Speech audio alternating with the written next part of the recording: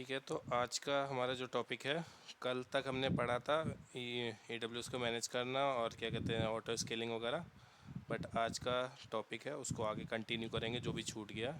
आज पढ़ेंगे हम AWS की स्टोरेज सर्विसेज के बारे में, लाइक EBS और S3, बिकॉज आगे जब हम जाएंगे उसमें तो उसमें फिर बहुत सारी चीज़ें S3 की आएंगी और EBS की आएगी, तो फिर उसके लिए पहले हम इसको पढ़ेंगे फिर आगे उसको कंटिन्यू करेंगे। तो जैसे कि AWS में क्या कहते हैं बहुत सारी सर्विसेज होती हैं, उसी में दो सर्विसेज ऐसी भी आती हैं, EBS और S3। EBS और S3 क्या होता है, स्टोरेज सर्विसेज में आती हैं।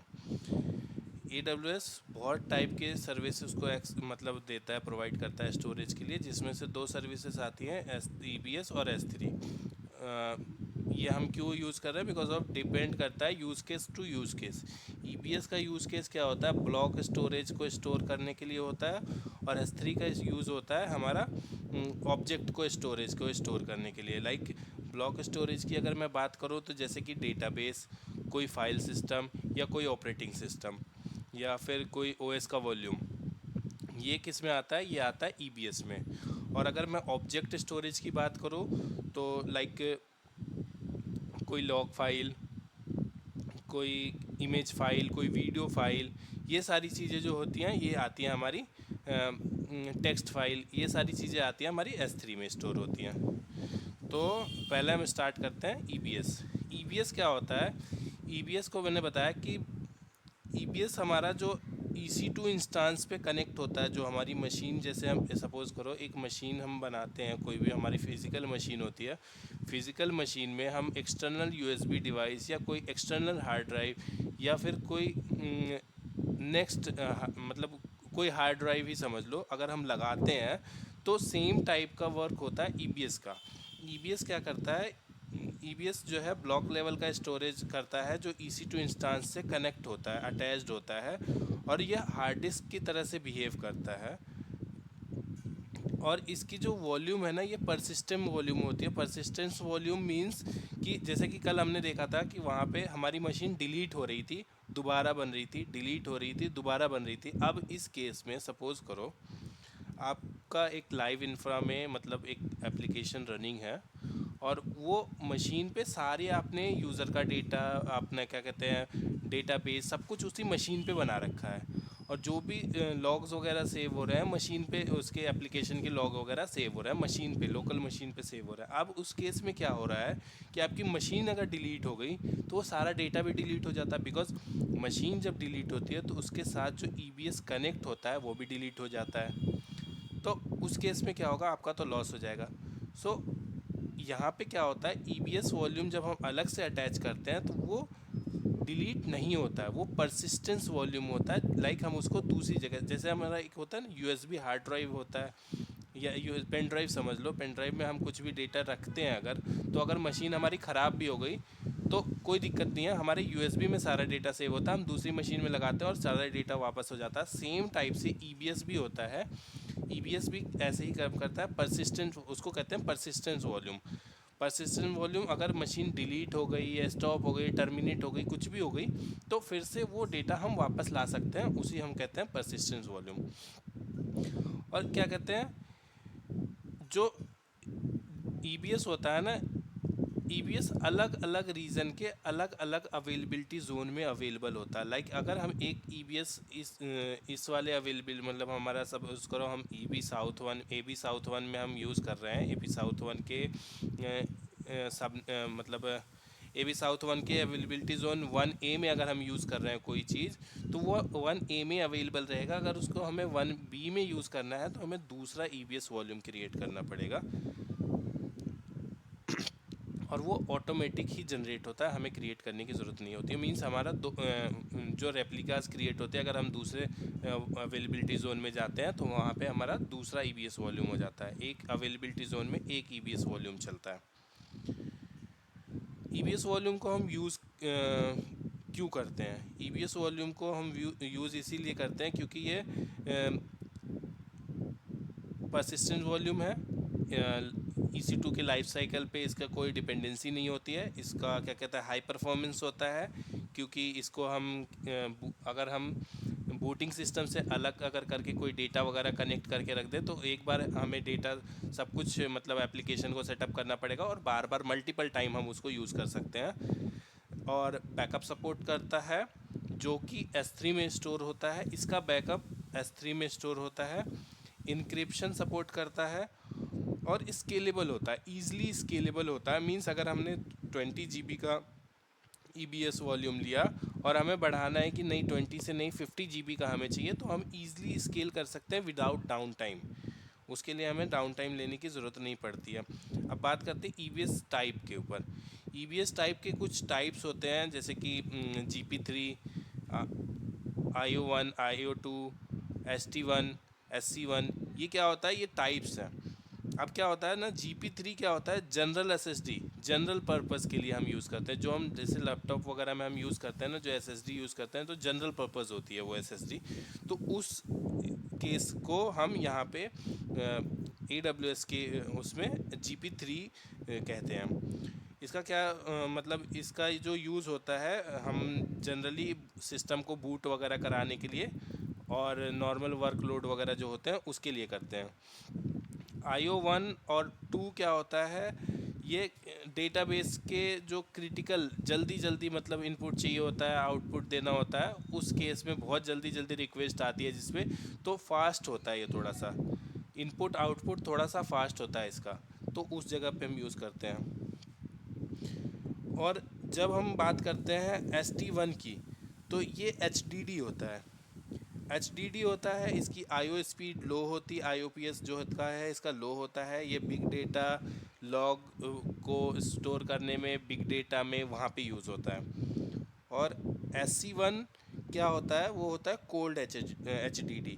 कोल्ड HDD मतलब जो इसका पहले वाले जो हमारे HDD आते थे, पुराने वाले HDD टाइप के, उस टाइप पे हम यूज़ करते हैं। लाइक इसको बहुत पुराना, बहुत जैसे ऐसे होता है ना, कुछ डेटा होता है जिसको हम बहुत कम यूज़ करते हैं, बहुत मतलब रेयरली ही यूज़ करते हैं, लाइक गवर्नेंस वगैरह के लिए ही यूज़ करते हैं। एक बार हमने बना दिया पॉलिसी, लाइक कंपनी की पॉलिसी एक बार बना दिया, अब वो फ्रीक्वेंटली एक्सेस नहीं होगा, जब एक्सेस होगा जब कोई उसको मांगेगा। मतलब आर्काइवल डेटा होता है ना, जहाँ पे बहुत स्लो प्रोसेसिंग करनी होती है आर्काइवल डेटा, वहाँ पे हम SC1 का यूज़ करते हैं। तो मीन्स EBS के जो वॉल्यूम टाइप्स है ना, डिपेंड करता है उसके टाइप, यूज़ केसेस पे, कि कौन सा EBS वॉल्यूम आपको यूज़ करना है। अब नॉर्मली जो हम यूज़ करते हैं मोस्ट ऑफ द केस में GP3 ही हम यूज़ करते हैं। पहले GP2 करते थे, अब GP3 यूज़ करते हैं। इनक्रिप्शन क्या कहते हैं, जो डेटा वगैरह होता है वो ऑटोमेटिक इनक्रिप्ट होता है। और कभी भी हम वॉल्यूम क्रिएट करते हैं, जब भी हम EBS वॉल्यूम क्रिएट करते हैं, तो EBS वॉल्यूम क्रिएट करने के लिए हमें टैगिंग बहुत ज़रूरी होती है। मतलब अगर हमने टैग नहीं बनाया तो हमें पहचानने में थोड़ी सी टैगिंग तो हर जगह के इम्पोर्टेंट होता है, बट टैगिंग मतलब इम्पोर्टेंट होता है इसका।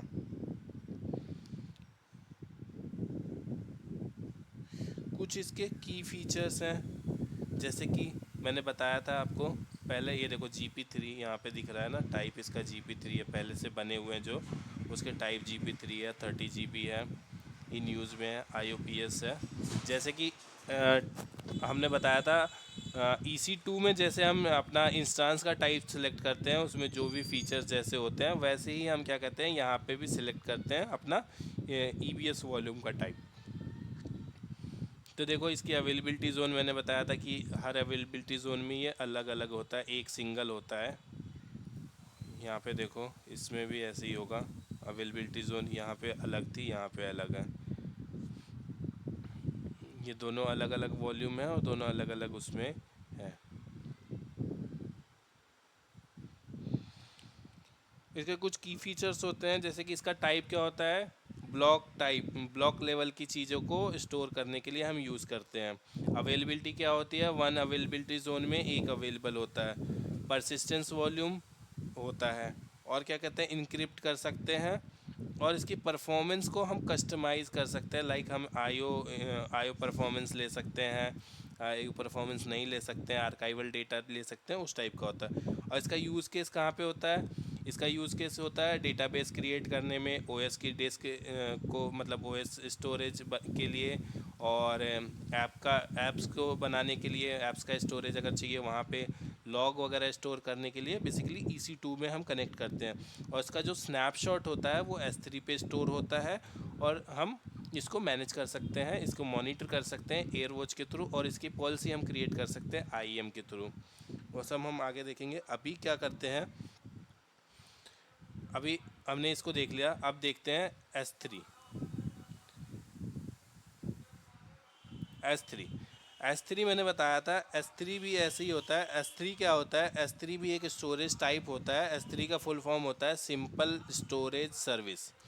सिंपल स्टोरेज सर्विस, इसका क्या होता है, ये ऑब्जेक्ट स्टोरेज सर्विस होता है। मतलब इसको हम क्या यूज़ करते हैं, ऑब्जेक्ट को स्टोर करने के लिए यूज़ करते हैं। और ये क्या कहते हैं, कुछ भी डेटा करते हैं, मतलब कितने भी बड़ा डेटा हो, कुछ भी डेटा हो, हम इसको ओवर द इंटरनेट स्टोर करके ओवर द इंटरनेट एक्सेस कर सकते हैं। ये इसकी फीचर होता है। और S3 में हम क्या यूज़ करते हैं, S3 के ऑब्जेक्ट में हम रखते हैं अपना डेटा, लाइक फाइल्स, लॉग्स, कुछ भी।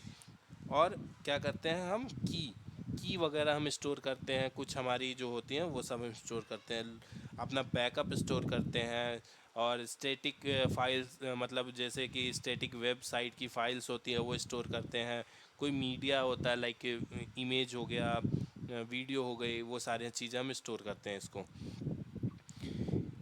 इसका की फीचर क्या है, ऑब्जेक्ट, मतलब इसके फीचर्स क्या है, object storage for any data.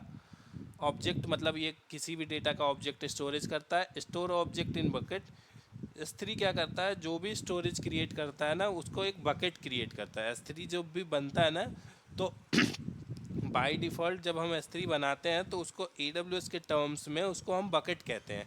तो कुछ भी स्टोरेज का मतलब ऑब्जेक्ट कभी भी ये स्टोर करता है ना, तो वो बकेट में स्टोर करता है। और बकेट क्या होता है ना, ग्लोबली यूनिक होता है। बकेट नेम जो होता है ना, ग्लोबली यूनिक होता है।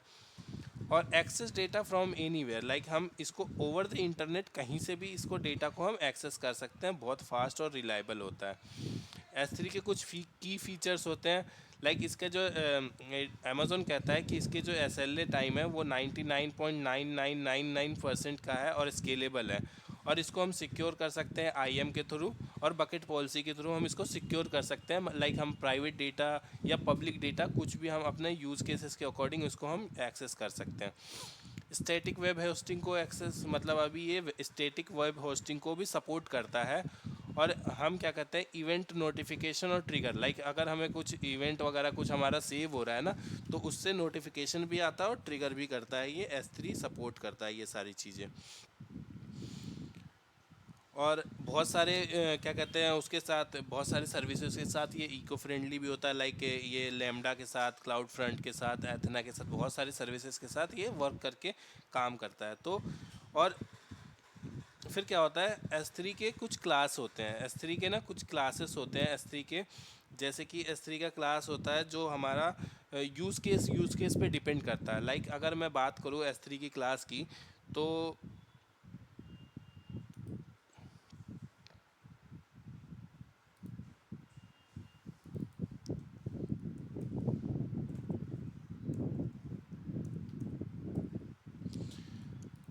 S3 क्लास की अगर बात करूँ तो इसकी क्लास का पहला क्लास होता है इसका स्टैंडर्ड क्लास होता है इसका। स्टैंडर्ड क्लास क्या होता है, हाई अवेलेबिलिटी होती है इसकी, स्टैंडर्ड क्लास की हाई अवेलेबिलिटी होती है।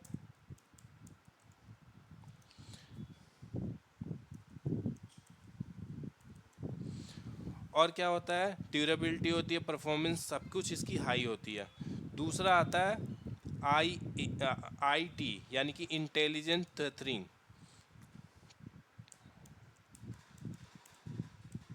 Intelligent tearing.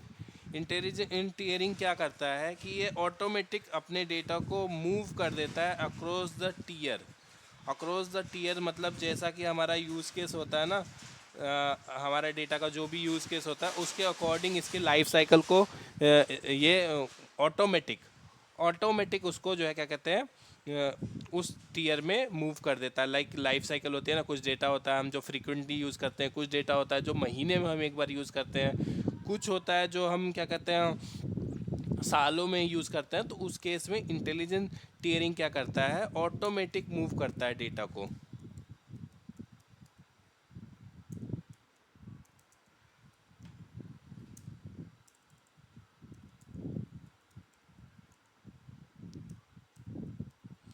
टीयर्स। फिर तीसरा क्या होता है, स्टैंडर्ड। स्टैंडर्ड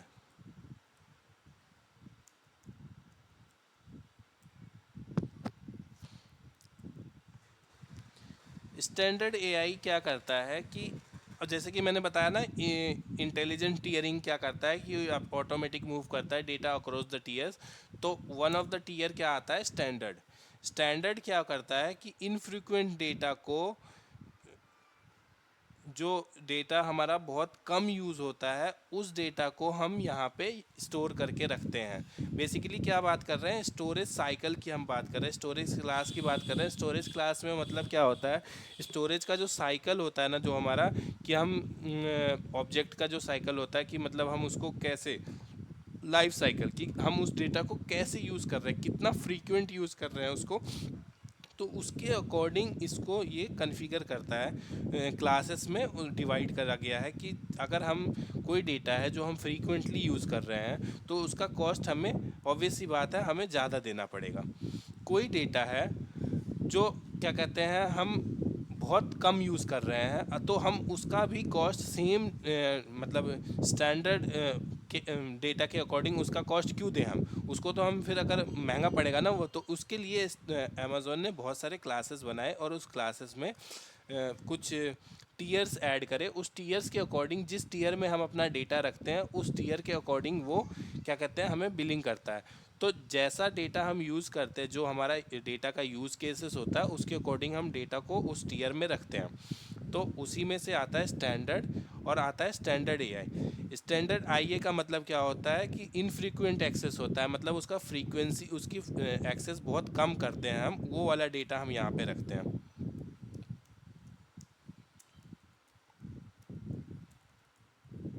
इनफ्रीक्वेंट होता है एक्सेस, और इसका जो कॉस्ट होता है, ऑब्वियस सी बात है, अगर इनफ्रीक्वेंट होगा तो कॉस्ट भी कम होगी।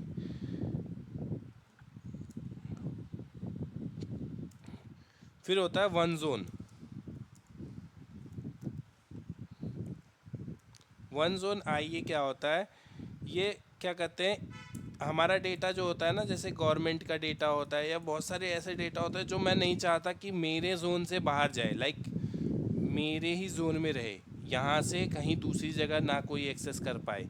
लाइक बहुत सारी, अगर मान लो किसी गवर्नमेंट का डेटा मैंने रख दिया S3 पे, और वो रख दिया मैंने, इंडिया गवर्नमेंट का डेटा मैंने रख दिया यूएस के गवर्नमेंट में, तो वो तो ईजिली उसको एक्सेस कर सकते हैं वहाँ से। अगर कुछ ब्रीच होता है, कुछ भी होता है ऐसा, तो उनके डेटाबेस में स्टोर हो जाएगा, तो उनको भी हमारी, मतलब अमेज़ोन को अगर पता चल गया कि क्या है नहीं है, तो वो हमारा ब्रीच होने के चांसेस होते हैं। तो इसी तरीके से क्या करते हैं हम, वन जोन होता है। वन जोन आईए क्या होता है, ये सिर्फ अपने एक ही अवेलेबिलिटी जोन में उस डेटा को रखता है और दूसरी जगह पे उसको नहीं रखता है डेटा को। तो ये इसलिए हम इसको यूज़ करते हैं वन जोन। ये एक तरह से आईए की तरह ही है, स्टैंडर्ड आईए की तरह ही है, बट ये क्या करते हैं एक ही जोन में रहता है डेटा, दूसरे जोन में नहीं जाता है, इसलिए हम इसको क्या कहते हैं, वन जोन।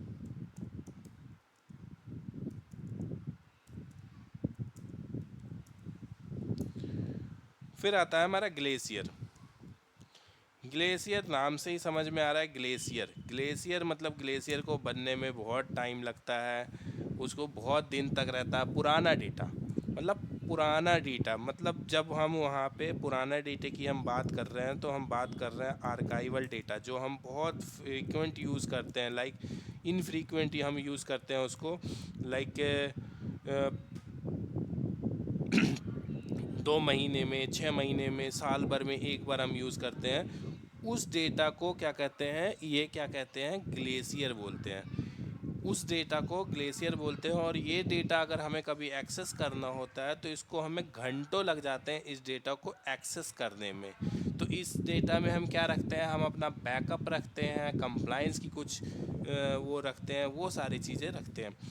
ग्लेशियर का एक अपग्रेडेड वर्जन है ग्लेशियर डीप आर्काइव। नाम से ही पता चल रहा है डीप आर्काइव मतलब ग्लेशियर का ही अपग्रेडेड वर्जन है। यहाँ पे हम क्या करते हैं, ये सबसे लोएस्ट कॉस्ट होता है, सबसे लोएस्ट कॉस्ट होता है ये।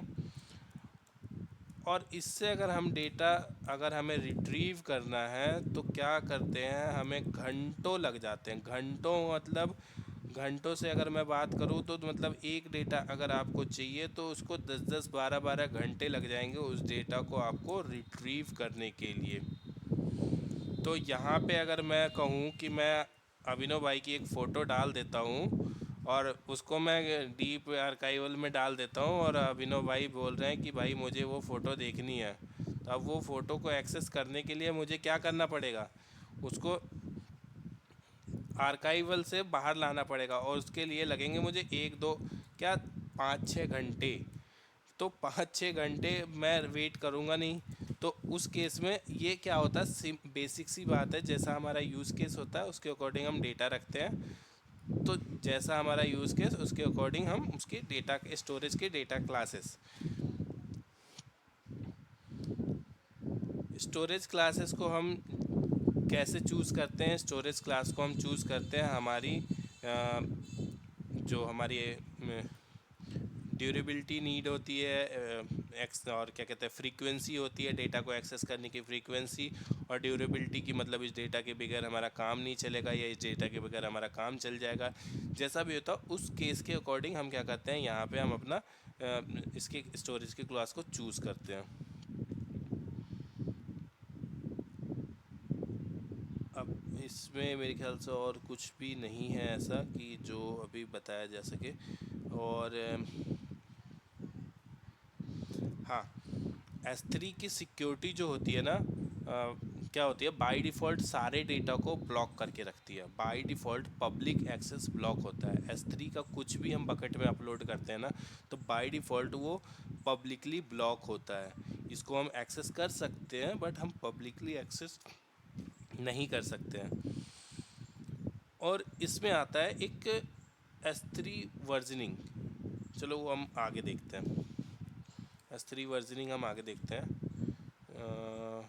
CLI best practice, keep rocket private, यही सारी चीज़ें बता रहा है, रियल वर्ल्ड सिनेरियो, ठीक है। तो अभी हमने देखा EBS की वॉल्यूम। अब हमारा चलते हैं हम हैंड्स ऑन की तरफ कि EBS का वॉल्यूम का हैंड्स ऑन अब करते हैं। तो EBS वॉल्यूम क्या होता है,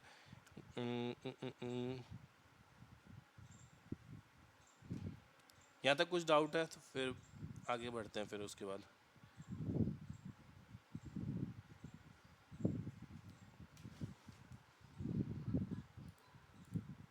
नहीं, चलो फिर आगे बढ़ते हैं। EBS हमें एक्सेसिबल होता है हमारा EC2 के अंदर, ऑब्वियस सी बात है, बिकॉज हम EC2 की मतलब अगर EC2 से एक्सेस कर पाएंगे तो वो हमें एक्सेस मिलेगा वहीं से, EBS के EC2 के अंदर ही मिलता है। और EBS का फुल फॉर्म होता है इलास्टिक ब्लॉक स्टोरेज, जैसे कि मैंने पहले बताया था, ब्लॉक स्टोरेज को स्टोर करने के लिए होता है। तो इसको बनाने के लिए सिंपली हम यहाँ पे आएंगे इस EC2 वाले अपने डैशबोर्ड पे, और यहाँ पे स्क्रॉल करेंगे तो यहाँ पे हमें मिलेगा इलास्टिक ब्लॉक स्टोर। यहाँ पे जब हम क्लिक करेंगे तो यहाँ पे हमें दिखेगा वॉल्यूम, स्नैपशॉट और लाइफ साइकिल मैनेजर। तो वही सारी चीज़ें, लाइफ साइकिल मैनेजर जो अभी मैं बता रहा था आपको कि आर्काइव, डीप आर्काइव, आर्काइवल, वो सारी चीज़ें हैं। और स्नैपशॉट वो होता है कि जैसे कि हमारा बैकअप, हम कोई EBS वॉल्यूम बना रहे हो और उसका बैकअप वो है। तो जैसे कि ये देखो अभी हमारा EBS वॉल्यूम यहाँ पे 2 बना हुआ है। EBS वॉल्यूम बाय डिफ़ॉल्ट हमारा EC2 के साथ बन जाता है। तो हमारे 2 EC2 अभी यहाँ पे हैं और उसके देखो 2 EC2 मैंने इंस्टेंस बना रखे हैं और उसके साथ EBS वॉल्यूम हमारा बना हुआ है, वही इसके साथ ही हमारा 2 इंस्टेंस यहाँ पे लगे हुए हैं। ये देखो यहाँ पे ये बता रहा है इसके साथ ही अटैच्ड है। तो अब क्या करना है, इसको हमें सिंपली यहाँ पे आना है, एक वॉल्यूम क्रिएट करना है। यहाँ पे आप बोल रहे हैं वॉल्यूम टाइप, मैंने आपको बताया था वॉल्यूम टाइप इसके बहुत सारे होते हैं, हमारे यूज़ केसेस के अकॉर्डिंग डिपेंड करता है। GP3, GP2, IO1, IO2, SC1, ST1, magnetic, ये सारे होते हैं। ये हमारा जैसा यूज़ केस होता है उसके अकॉर्डिंग हम उसको यूज़ करते हैं। तो हम हमारे केस में हम GP3 ले रहे हैं। कितने GB का बोल रहा है, यहाँ पे हम ले रहे हैं इसको 100 GB। अब इसकी जो कुछ लिमिटेशंस हैं, यहाँ पे कह रहा है कि 1 GB मिनिमम होना चाहिए और मैक्सिमम होना चाहिए 16,384 GB तक हम ले सकते हैं इसको। फिर इनपुट आउटपुट पर सेकेंड, इनपुट आउटपुट पर सेकेंड का मतलब यहाँ पे कह रहा है कि कितने इनपुट कितने आउटपुट ये पर सेकेंड कर सकता है। तो यहाँ पे बाय डिफ़ॉल्ट 3000 है, इसको हम 16,000 तक कर सकते हैं। फिर कह रहा है कि और भी सारी चीज़ें हैं इसकी कि कितने मतलब कितनी स्पीड से डेटा कॉपी कर सकता है, क्या कर सकता है, वो सारी चीज़ें। फिर कह रहा है अवेलेबिलिटी जोन, मैंने बताया था कि एक डेटा हमारा एक ही अवेलेबिलिटी जोन में बनता है। तो ये देखो अवेलेबिलिटी जोन हमारा AP साउथ 1 के अंदर 3 अवेलेबिलिटी जोन है। AP साउथ 1 के अंदर हमारा 3 अवेलेबिलिटी जोन है। AP south 1A, AP south 1B, AP south 1C। तो ये तीनों अवेलेबिलिटी जोन में हम अलग अलग बना सकते हैं। अब ये कह रहा है कि स्नैपशॉट कि कह रहा है कि स्नैपशॉट इसका बैकअप तुम्हें बाय डिफ़ॉल्ट बनाना है या नहीं बनाना है। अभी हमें नहीं बनाना है इसका बैकअप, अभी हमें नहीं करना है क्रिएट। ठीक है, कह रहा है कि इनक्रिप्ट करना है डेटा को, अभी हम डिफ़ॉल्ट छोड़ते हैं, हमें नहीं करना है और हम करते हैं create volume.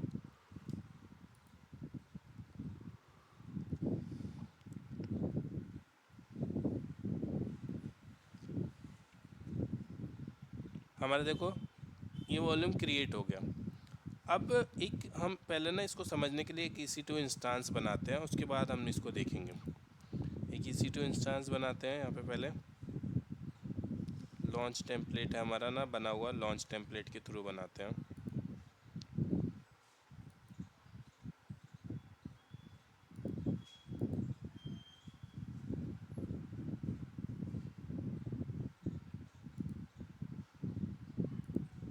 Action launch from template,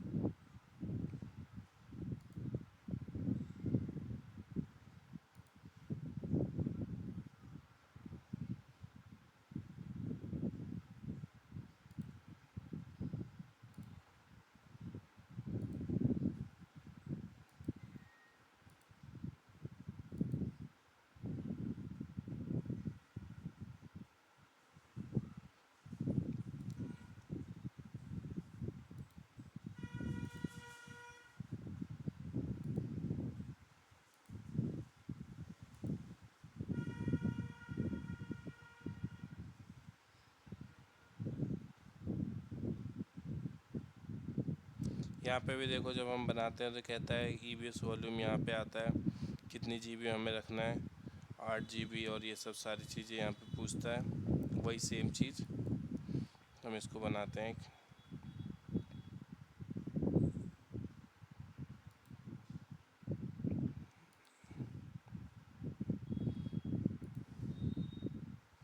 यहाँ पे हमारी मशीन रनिंग हो गई।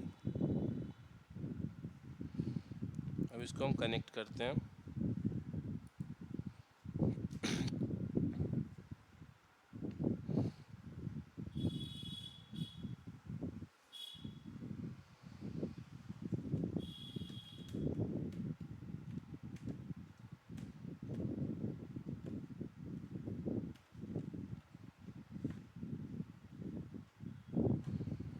अब देखो ये यहाँ पे जब हम जाएंगे तो एक लिनक्स की कमांड है, आप लोग को नहीं बताई थी मैंने, आज देख लो।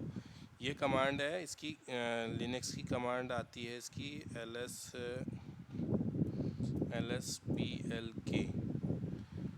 ठीक है, ये क्या करता है, ये कमांड हमें बताता है कि हमारे इसमें कितने मतलब हार्ड डिस्क और क्या चीज़ हमने यूज़ कर रखी है, सारी चीज़ें लिस्ट करके बता देता है। लिस्ट ऑफ अटैच डिस्क ये हमें दिखाता है यहाँ पे, ठीक है।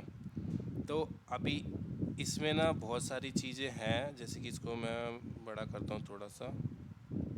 देखो यहाँ पे ये तो लूप ज़ीरो, ये क्या कहते हैं, ये अपना इसका है, अमेज़ोन का है। अपना अमेज़ोन अपना खुद का बना रहा है ये तीनों। ये देखो हमारी जो हमने मेन डिस्क लिया, हमने 8 GB की डिस्क लिया, ठीक है। मेन जो हमने डिस्क लिया अपनी 8 GB की डिस्क लिया। यहाँ पे देखो, यहाँ पे हम जब गए थे, यहाँ पे हमने बनाया था, यहाँ पे कहीं पे शो होना चाहिए, नहीं यहाँ नहीं शो होगा, यहाँ पे शो होगा। यहाँ पे हम गए थे, यहाँ पे जब हम आए, यहाँ पे देखो हमने, ये देखो इसको फ्रेश करो। ये देखो 8 GB का है एक, ये 8 GB हमारे यहाँ पे ये इन यूज़ में है। और यहाँ पे ये हमारी इंस्टेंस आईडी इससे, इस वाली इंस्टेंस आईडी पे कनेक्ट है। तो यही वाली इंस्टेंस आईडी है, देखो हमारी 0557 डेव SD1। देखो ये हमारी ये डिस्क हमारी कनेक्ट है, यही वाली डिस्क है हमारी, इस पे कनेक्ट है। अभी हमारा यहाँ पे कुछ शो नहीं कर रहा है, हमें यहाँ पे दिख नहीं रहा है कुछ भी। हमने एक ही डिस्क लगा रखी है यहाँ पे। अब क्या करते हैं हम जाते हैं अपना इसमें, यहाँ पे इस वॉल्यूम को ना हम अटैच करते हैं। अभी हम इसको अटैच करते हैं और एक्शन पे क्लिक करते हैं और यहाँ पे जाते हैं। ओके ये तो ऑलरेडी अटैच्ड है, सॉरी। ये वाली पे जाते हैं, इसको जाते हैं यहाँ पे और अटैच वॉल्यूम करते हैं। अटैच वॉल्यूम जैसे ही करेंगे ना, तो ये हमसे पूछेगा कि इस वाली अवेलेबिलिटी जोन में कौन सा इंस्टांस है।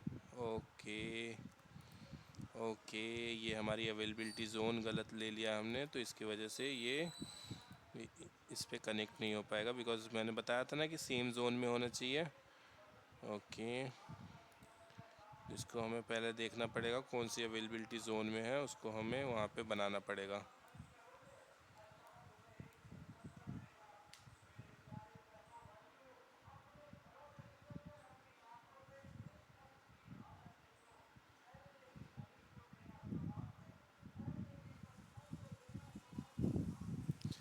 यहाँ पे है availability zone AP south 1B में। तो हम इसको क्या करते हैं, हम आते हैं यहाँ पे AP साउथ 1B में एक बना लेते हैं।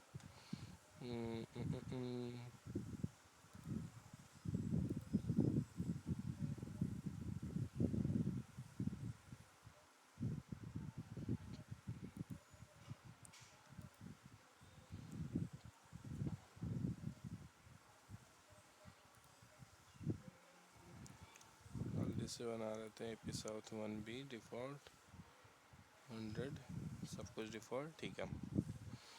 अभी ये आ गया, यहाँ पे बन गया AP साउथ 1B। यहाँ पे 100 GB ये वाला हमने बनाया है। और इसको हम क्या करते हैं, एक्शन पे जाते हैं, अटैच पे क्लिक करते हैं और यहाँ पे आके, यहाँ पे हमारा ये रनिंग वाला है, ये वाले पे हम सिलेक्ट करेंगे डिवाइस टाइप। ये अब बोल रहा है कि रिकमेंडेड वॉल्यूम, यहाँ पे SD1 तो पहले से सिलेक्ट है, तो हम कोई एक वॉल्यूम और सिलेक्ट कर लेते हैं उसमें, दूसरे वाले में।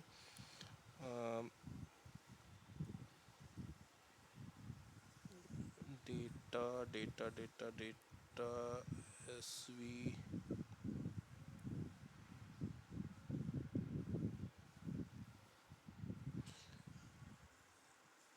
XV dev XVDF।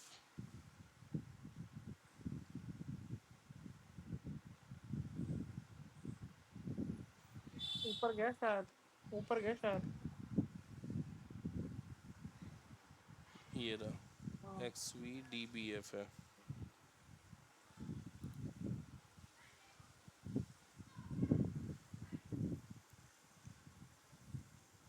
ओके, ये XVDF को चेंज करके दे, इन्होंने कर दिया है XVDP, इन्होंने चेंज कर दिया है। ये देखो यहाँ पे इसको नाम चेंज कर दिया इन्होंने, डीपी डीपी। XVDP।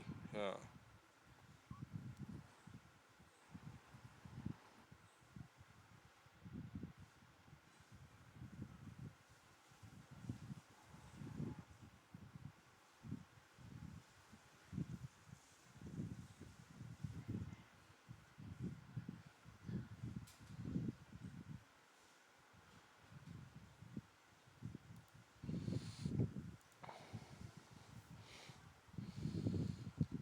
ये हमने इसको अटैच कर दिया यहाँ पे। ठीक है,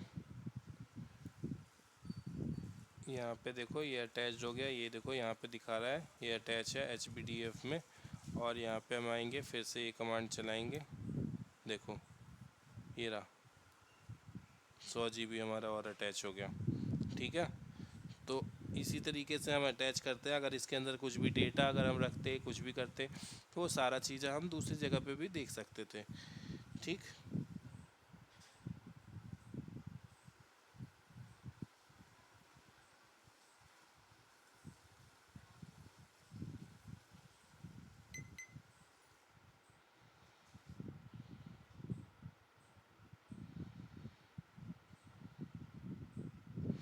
अब क्या है, अब क्या आता है इसका स्नैपशॉट।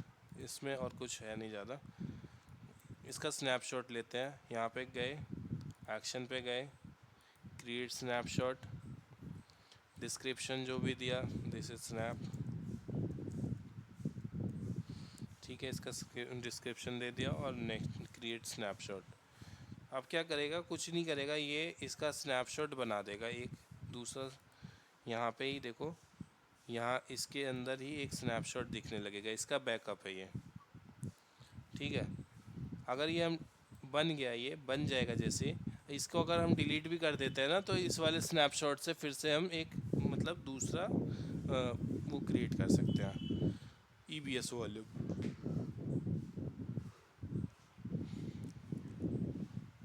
यहाँ तक कोई दिक्कत है?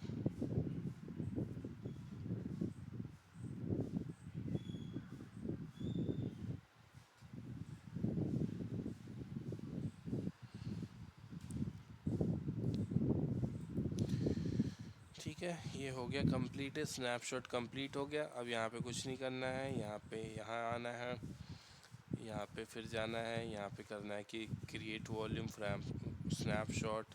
यहाँ पे हमें क्या करना है, एक वॉल्यूम क्रिएट कर देना है बस, सिंपल। वैसे ही एक वॉल्यूम क्रिएट हो जाएगा उसके। यहाँ पे बोल रहा है कि किस में करना है, वहाँ पे हम जाके बना सकते हैं। ये तो ये हो गया। अब क्या करना है, अभी देखो मैंने एक चीज़ नहीं बताई थी आप लोग को, कि जब हम S3 मतलब EC2 कर रहे थे ना, EC2 में मतलब रिकवरी की आप लोगों ने सुना था, रिकवरी इमेज सुना होगा ना, रिकवरी इमेज सुना होगा ना, कि एक मतलब मशीन हम क्रिएट कर लेते हैं, उससे हम उसका इमेज क्रिएट कर देते हैं। उसके बाद उस इमेज को हम क्या कहते हैं, यूज़ करके मल्टीपल मशीन्स क्रिएट कर लेते हैं। सुना था ये चीज़?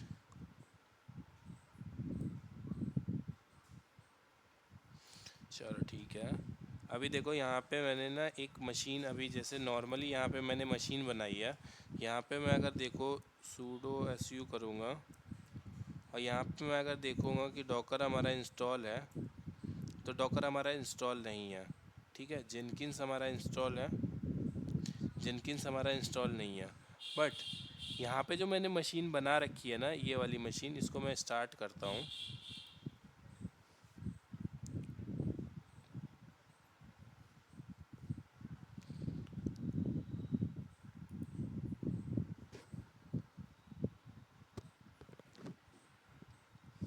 स्टार्ट हो गई रनिंग, कनेक्ट करते हैं इसको।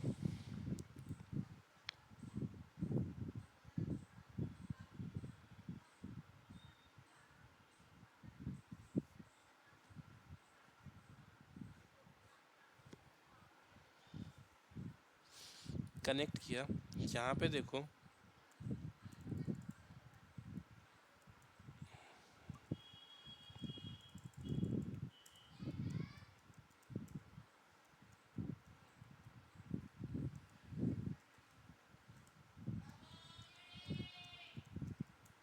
देखो ये जेनकिंस यहाँ पे चल रहा है, बट यहाँ पे अगर मैं देखूंगा ना,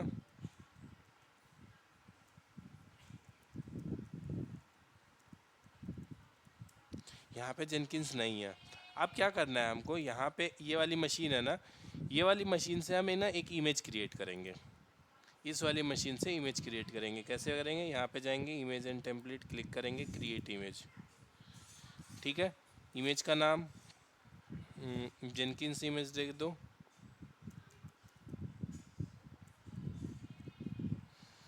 डिस्क्रिप्शन छोड़ देते हैं, ईबीएस वॉल्यूम वगैरह जो भी है ये सब कर देते हैं, और इसको करते हैं image, tag image and snapshot together. ठीक है, चलो।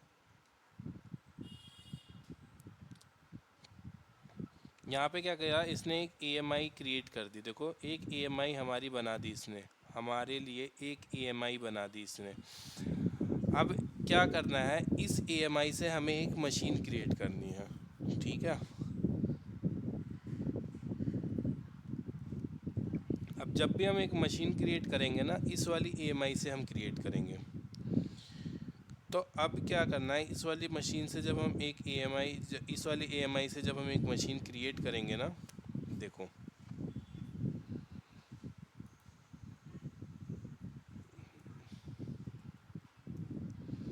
जेनकिंस EMI लिख देता हूँ इसका नाम।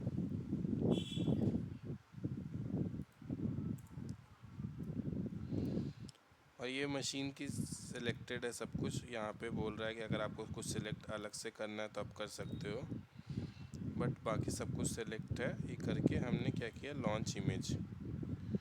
अब लॉन्च इंस्टेंस जब हम करेंगे तो एक इंस्टेंस क्रिएट होगा। अब देखो ये वाला इंस्टेंस तो रनिंग है ना, इसको भी बंद कर देते हैं, इस वाले इंस्टेंस को भी बंद कर देते हैं। Pending can not be run,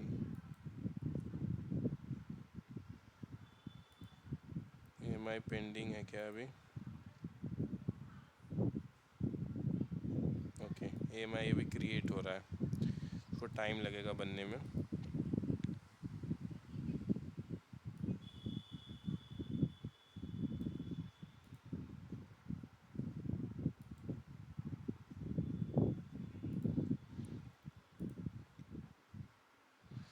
अब कल वो लॉन्च टेम्पलेट वाला देखा था ना, तो अब क्या करना है, अगर जैसे हमारा बना हुआ है ये मतलब हमने एक EMI बना ली।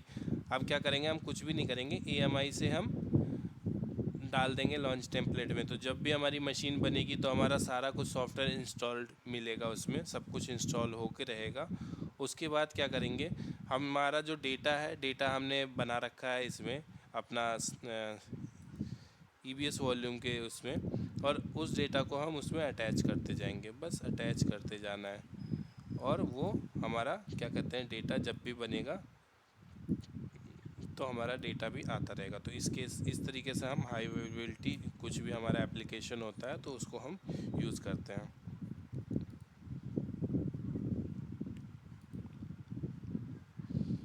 इसको मैं कर देता हूँ टर्मिनेट, बिकॉज इसकी अभी नीड नहीं है हमें।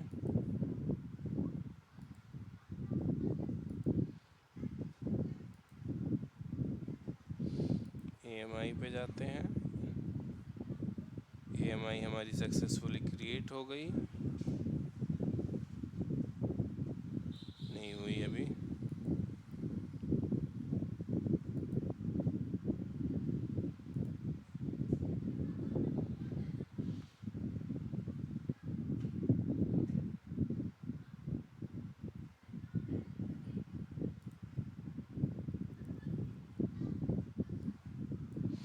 देखो जब हम EMI बनाते हैं ना, तो उसका एक स्नैपशॉट ये लेके यहाँ पे रखता है। जब EMI क्रिएट होती है तो उसका स्नैपशॉट बनाता है ये यहाँ पे, कि जब भी हम उसमें कुछ चेंजेस करें, कुछ भी करें, EMI हमारा स्नैपशॉट से फिर से उठा ले। अगर हमने स्नैपशॉट डिलीट कर दिया ये वाला, तो हमारी EMI भी ख़राब हो जाएगी।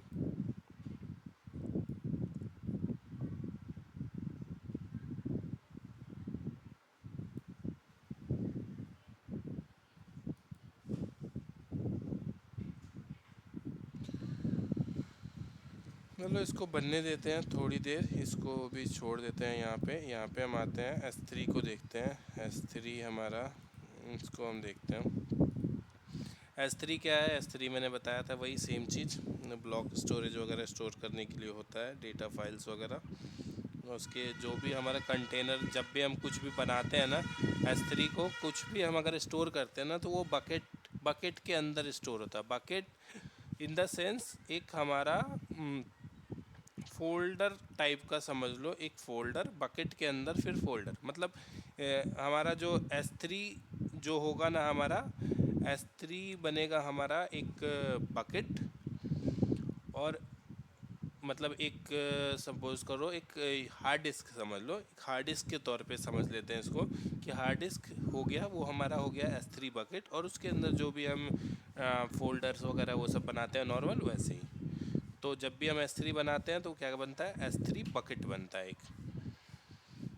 S3 बकेट जब हम क्रिएट करने के लिए आते हैं तो यहाँ पे क्या कह रहा है कि जो है S3 data storage in S3 bucket are container for data stored in S3। देख रहे हो, कह रहा है कि बकेट्स जो होता है वो कंटेनर होता है जिसके अंदर हम स्टोर करते हैं डेटा को।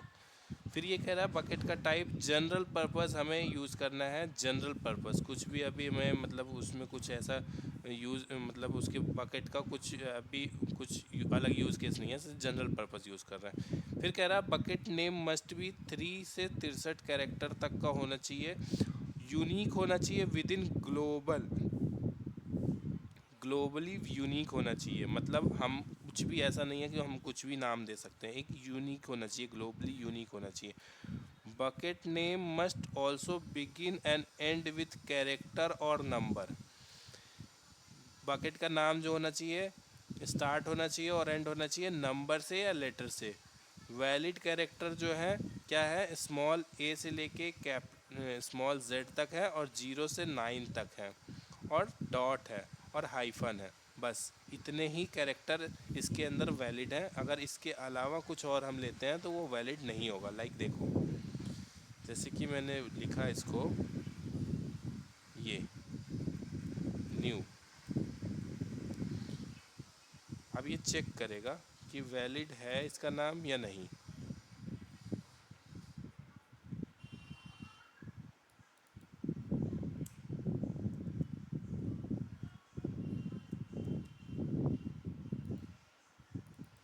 चेक क्यों नहीं कर रहा ये?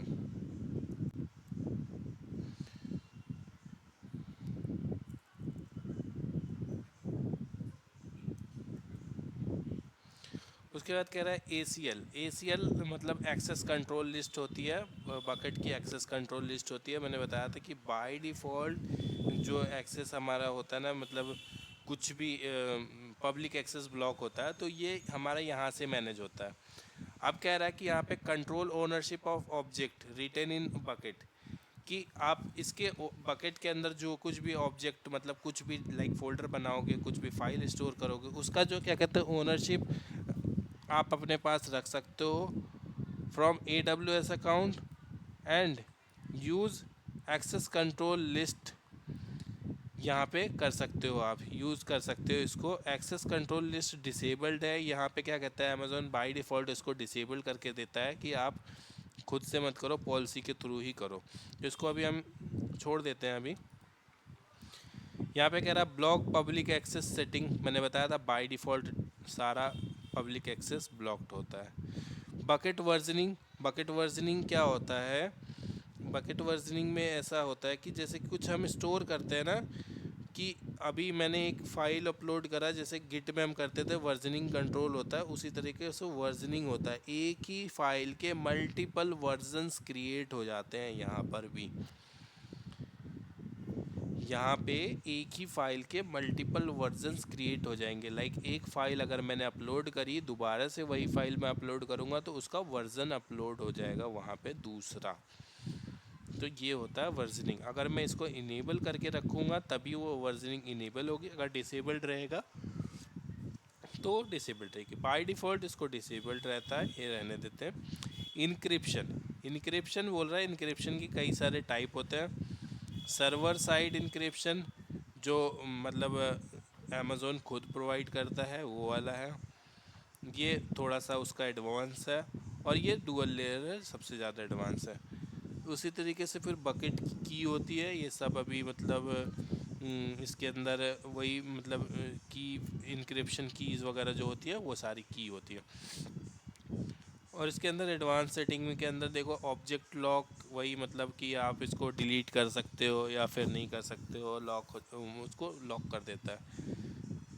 यहाँ पे देखो देख लिख रहा है डिलीटेड और रिटर्न, यहाँ पे इसको लॉक कर देता है। आप उसको डिलीट नहीं करने दोगे या फिर मतलब रिमूव नहीं करने दोगे, ओवरराइट नहीं करने दोगे, उस चीज़ को वो राइट लॉक कर देता है। करते हैं बकेट क्रिएट। क्रिएट बकेट जब हम करेंगे, देखो यहाँ पे इसने अब बोला कि यहाँ से बकेट नेम इनवैलिड है, ये वाला वैलिड है ही नहीं, ये वाला जो आई मतलब सिंबल है ना, ये वैलिड है ही नहीं, इस नाम इस वाले से हम क्रिएट नहीं कर सकते हैं। इसको हटा दिया। अगर इसको मैं बीच में भी लूँगा तब भी नहीं लेने देगा, देखो नहीं ले रहा। ठीक है, तो इसको हम क्या करेंगे, ये न्यू देखो न्यू ऑलरेडी टेकन है, न्यू ऑलरेडी टेकन है। तो अब इसमें हम क्या करेंगे, इसको कुछ यूनिक सा नाम देते हैं, लाइक टेस्ट -S3 -डे 9। उसके बाद ओके, यहाँ पे कह रहा है कि देखो मैंने कैपिटल लेटर ले लिया, वो भी नहीं लेने देगा, सब स्मॉल में होना चाहिए। यहाँ पे देखो इसने बताया है ना A to Z स्मॉल में लिखा हुआ है, मतलब सिर्फ स्मॉल में ही हम ले सकते हैं, कैपिटल में नहीं ले सकते हैं। ठीक है, यहाँ पे देखो मैंने ये लगाया। अब इसने बोला कि यहाँ पे बोला था कि must also begin and and with letters and numbers. यहाँ पे मैं अगर इसको सिंबल दे रहा हूँ तो क्या कह रहा है, एरर दे रहा है। अगर मैं ये हटा देता हूँ तो ये वैलिड नेम ले रहा है इसको। अब इसको मैं क्रिएट करता हूँ। बट शाहिद भाई ये तो नेमिंग के लिए है ना, तो इसमें कैपिटल वगैरह का क्यों रेस्ट्रिक्शन दिया गया है? दे रखा है इसने, अमेज़ोन ने। कुछ होता हुआ है। अब ये बन गया देखो। अब बाय डिफ़ॉल्ट यहाँ के अंदर अब जब ये बकेट बना ना, बकेट बनने के बाद अब जब बकेट क्रिएट हो गया, S3 का बकेट क्रिएट हो गया, अब S3 बकेट स्टोर क्या करता है, ऑब्जेक्ट स्टोर करता है ना। अब तो उसी तरीके से ये कह रहा है कि नो ऑब्जेक्ट, मतलब ये ऑब्जेक्ट को ही स्टोर करता है। सिर्फ ऑब्जेक्ट में ये कुछ भी रख सकते हैं। हम यहाँ पे सपोज करो एक इमेज रख देते हैं। यहाँ पे हम आए, सॉरी, ऐड फाइल्स पे क्लिक करेंगे और एक इमेज ले लेते हैं, ये वाली, और इसको हमने किया अपलोड। अब जब हमने इसको अपलोड किया ना, जब जैसे ही अपलोड होगा तो ये हर ऑब्जेक्ट का ये क्या कहते हैं, एक अपना खुद का वो बनाता है, अपना खुद का URL देता है। हर ऑब्जेक्ट का एक URL होता है इसका। देखो जैसे कि ये ऑब्जेक्ट बना हुआ है ना, इस ऑब्जेक्ट का एक URL होगा। देखो ये रहा, हर ऑब्जेक्ट का एक URL देता है ये, और हर ऑब्जेक्ट का एक रिसोर्स नेम देता है। अमेज़ॉन रिसोर्स नेम, मतलब अमेज़ॉन रिसोर्स नेम तो हर किसी का ही होता है, यूनिक सबका, बट हर ऑब्जेक्ट का एक URL होता है। देखो URI है और एक URL है। ये देखो, इस पर मैं क्लिक करूँगा अगर, तो ये देखो एक्सेस डिनाइड बोल रहा है। क्यों बोल रहा है एक्सेस डिनाइड, क्योंकि मैं इसको एक्सेस कर रहा हूँ कहाँ से, over the internet, over the internet access कर रहा हूँ, इसलिए ये एक्सेस डिनाइड बोल रहा है मुझे। क्योंकि मैंने बताया था पब्लिक एक्सेस बाय डिफ़ॉल्ट इसमें क्या होता है, डिसेबल्ड होता है। तो अब हम जाएंगे कहाँ पे, इसमें दो तरीके की परमिशन लगती है। एक होती है जो हमारे बकेट लेवल पे लगती है, एक होती है जो हमारे ऑब्जेक्ट लेवल पे लगती है। तो पहले हम देखते हैं बकेट लेवल पे। बकेट लेवल पे देखने के लिए हम आएंगे प्रॉपर्टीज़ पे, प्रॉपर्टीज़ पे नहीं, यहाँ आएंगे परमिशन पे। परमिशन पे अब देखो वहाँ पे जो चीज़ें मैंने छोड़ी थी ना, वो चीज़ हम यहाँ पे एडिट कर रहे हैं। अब यहाँ पे आया, यहाँ पे कह रहा है कि ब्लॉक ऑल पब्लिक एक्सेस, ये यहाँ पे मैंने हटा दिया। इसको मैं पूरा ही कंप्लीट हटा देता हूँ अभी, और यहाँ पे कंफर्म लिख देता हूँ। यहाँ पे हो गया। अब हम एक्सेस करके देखते हैं क्या हम कर पाएंगे कि नहीं। ठीक है, कॉपी किया, यहाँ आए, पेस्ट किया, एंटर किया। देखो अभी भी डिनाइड बोल रहा है, बिकॉज हमने उसको एक्सेस तो दे दिया है, फिर भी ये डिनाई बोल रहा है। क्यों? क्योंकि हमने यहाँ पे इसकी परमिशन नहीं दिया। अभी देखो यहाँ पे देखो पब्लिक का एक्सेस हमने नहीं दे रखा है इसको, ये देखो पब्लिक का एक्सेस नहीं दे रखा है। तो अब उसके लिए क्या करेंगे, यहाँ जाएंगे, फिर से परमिशंस में जाएंगे, फिर से अब जो हमने ACL लगाया था ना वहाँ पे, ACL एक्सेस कंट्रोल लिस्ट, इसको करेंगे हम यहाँ पे ओनरशिप वाले पे ACL इनेबल और यहाँ पे करेंगे सेव चेंजेस।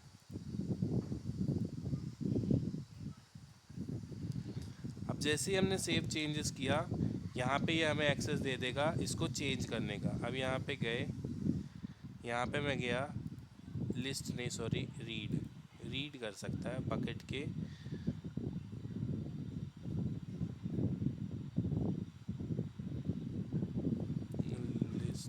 लिस्ट भी करेगा जब भी देख पाएंगे। हाँ, ऑब्जेक्ट को और इसको बकेट कर को देख सकता है। यहाँ पे गए, यहाँ नीचे इसको दिया। अब हमने यहाँ पे कर दिया। अब क्या हम देख पाएंगे, देखो अभी भी हम नहीं देख पा रहे, बिकॉज हमने इसके यहाँ पे ऑब्जेक्ट को अभी एक्सेस नहीं किया है, ऑब्जेक्ट को हमने अलाउ नहीं दिया है, अलाउ नहीं किया है ऑब्जेक्ट को। अब यहाँ पे आएंगे, यहाँ पे देखो यहाँ पे भी एडिट का ऑप्शन आ गया। अब करना है हमें रीड का परमिशन, इसको देना है रीड का परमिशन।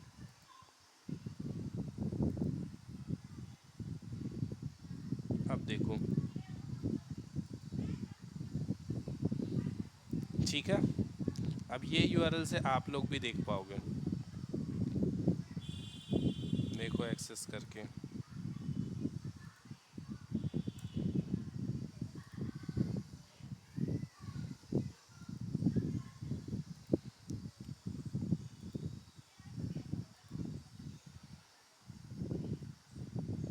दिख रहा है?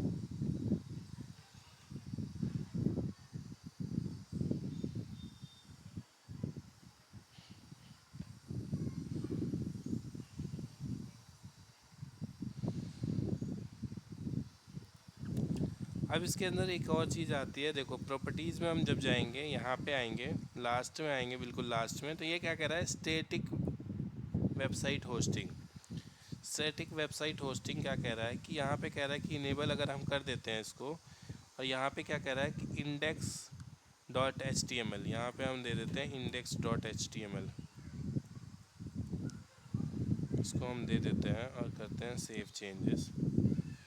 तो अब ये क्या कह रहा है कि ये ना एक मतलब हमें वो दे दिया इसने, यहाँ से मतलब हम एक अपना वेबसाइट का अगर कुछ भी हम कंटेंट डालते हैं ना, तो यहाँ पे हम देख सकते हैं, यहाँ पे हम देख सकते हैं। सपोज़ देखो यहाँ पे हम आते हैं और यहाँ पे क्या कहते हैं, मैं एक ना क्रिएट कर लेता हूँ index.html पहले तो।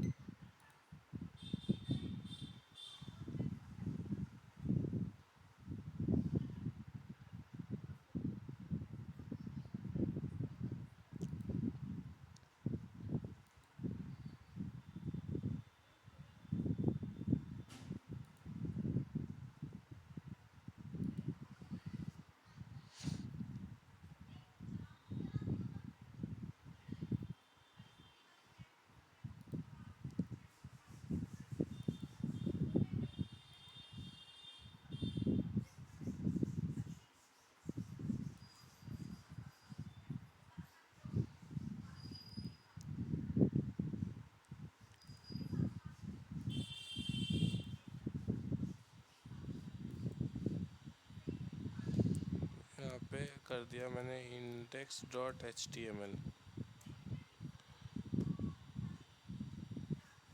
इसको मैं सेव करा लेता हूँ डेस्कटॉप पे, क्रिएट।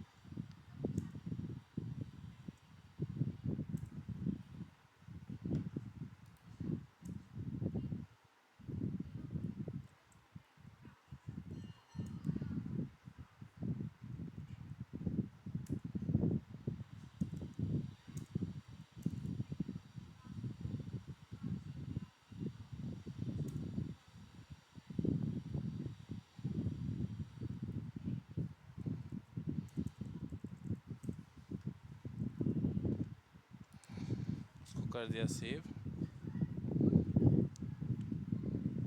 यहाँ पे आए, यहाँ करते हैं इसको अपलोड।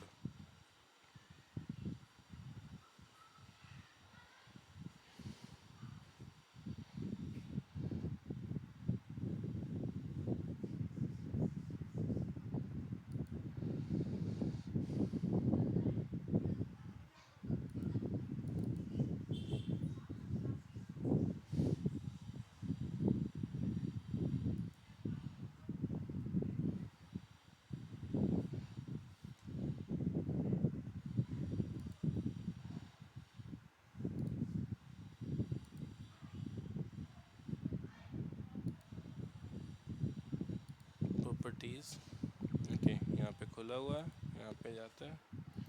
देखो एक्सेस डिनाइड आ रहा है, क्यों आ रहा है एक्सेस डिनाइड? बिकॉज हमने उसको अभी ऑब्जेक्ट को अलाउ नहीं किया। क्या करेंगे, ऑब्जेक्ट को जाएंगे, अलाउ करेंगे।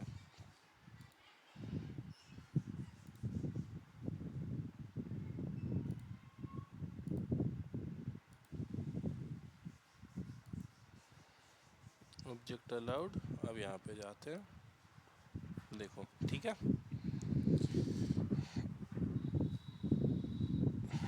तो यहाँ से मतलब हमें एक मतलब हमारे पास डोमेन नहीं है, कुछ भी नहीं है, बट फिर भी हम यहाँ पे होस्टिंग कर रहे हैं अपना। हम एक वेबसाइट बना के लोगों की दुनिया को दिखा सकते हैं कि हाँ भाई एक वेबसाइट है मेरे पास भी।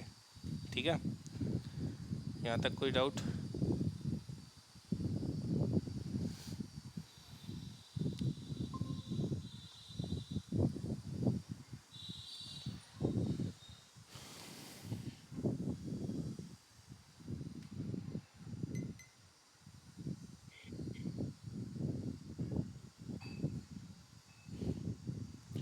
ठीक है, तो अभी क्या करते हैं,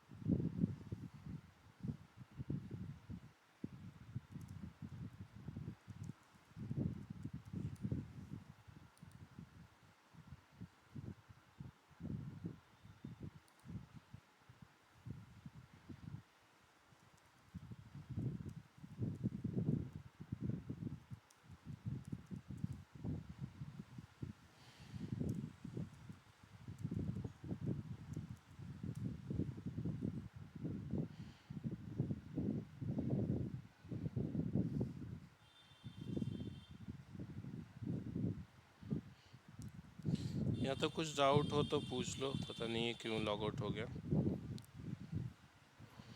ठीक है शायद में।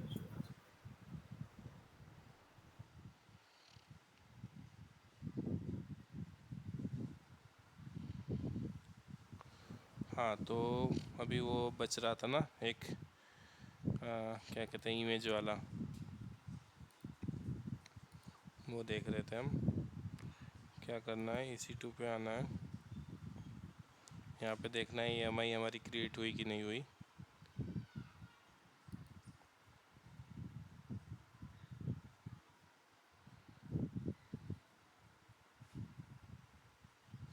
EMI क्रिएट हो गई है, यहाँ पे क्लिक करेंगे, launch instance from EMI,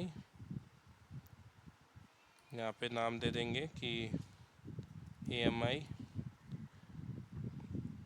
EC2, और ये सारी चीज़ें सिलेक्टेड हैं।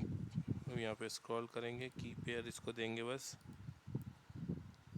और स्क्रॉल करके बस launch.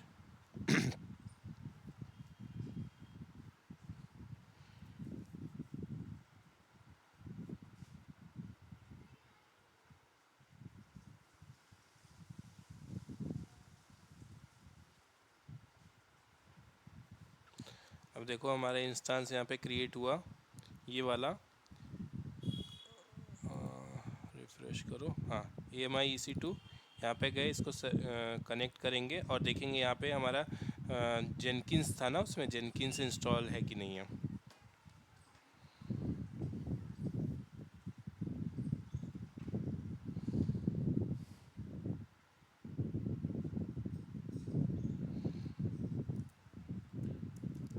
sudo su system ctl status jenkins, देखो वहाँ पे भी रनिंग था, यहाँ पे भी रनिंग है। तो हमारा EC2 इंस्टेंस मतलब EMI से जो हमने मतलब उसका बैकअप लेके बनाया था वो करेक्टली काम कर रहा है। ठीक है, ये चीज़ समझ में आ गई। EBS वॉल्यूम हमें समझ में आ गया वहाँ पे कि हम ऐसे करते हैं। S3 है, S3 में हमने ये देखा कि ऐसे ऐसे है। अब इसका कुछ और चीज़ें हैं जो हम देखते हैं, बकेट की परमिशंस हैं और भी बहुत सारी चीज़ें हैं।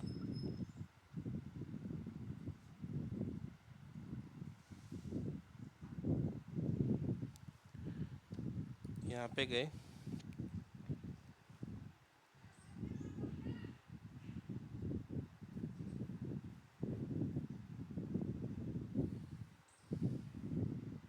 अब इसकी सेटिंग्स को ना पहले की तरह कर देते हैं जैसे पहले था।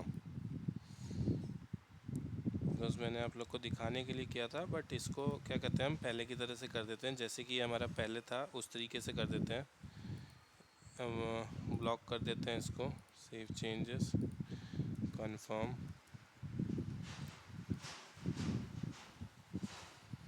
और इसका जो ACL है ना, ACL को भी हम कर देते हैं वैसे ही पहले की तरह।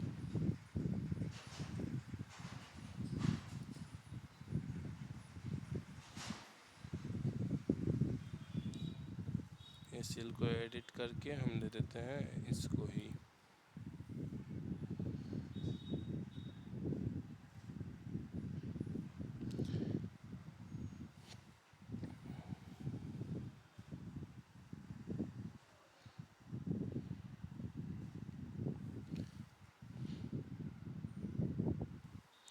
अब देखो एक ना हम IAM पॉलिसी क्रिएट करते हैं इसके लिए, ठीक है, और उसके बाद हम देखेंगे कि इसको हम देख पाते हैं कि नहीं इसको।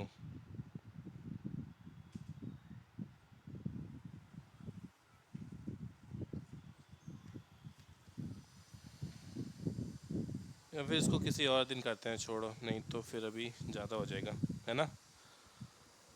रन दे चलो, सही है। हाँ, अच्छा हो गया कि बाकी है कुछ? नहीं इतना तो कंप्लीट है, बस डन है।